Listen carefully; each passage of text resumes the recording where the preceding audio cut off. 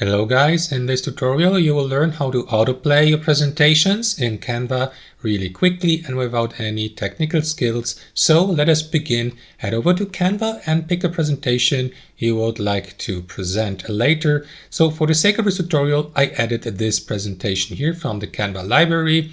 So I applied all of these pages, as you can see. Now, once you're content with your result and after customizing and editing your presentation, you may switch to the presentation mode. To do that, in the preview mode, for example, click on present here in the top right corner next to the share button, and after that you will see that drop down menu. So here you can choose between present full screen, present or view, present and record, and also autoplay. So let us go with autoplay, and after that confirm by clicking on present here. You may also use the shortcut Ctrl-Alt-P for that. After that, the presentation will go into the autoplay mode. And as you can see, these slides change automatically so that you don't have to click or press any key on your keyboard. And that's basically it, guys. That's how autoplay presentations work on Canva. Thanks for watching and see you later.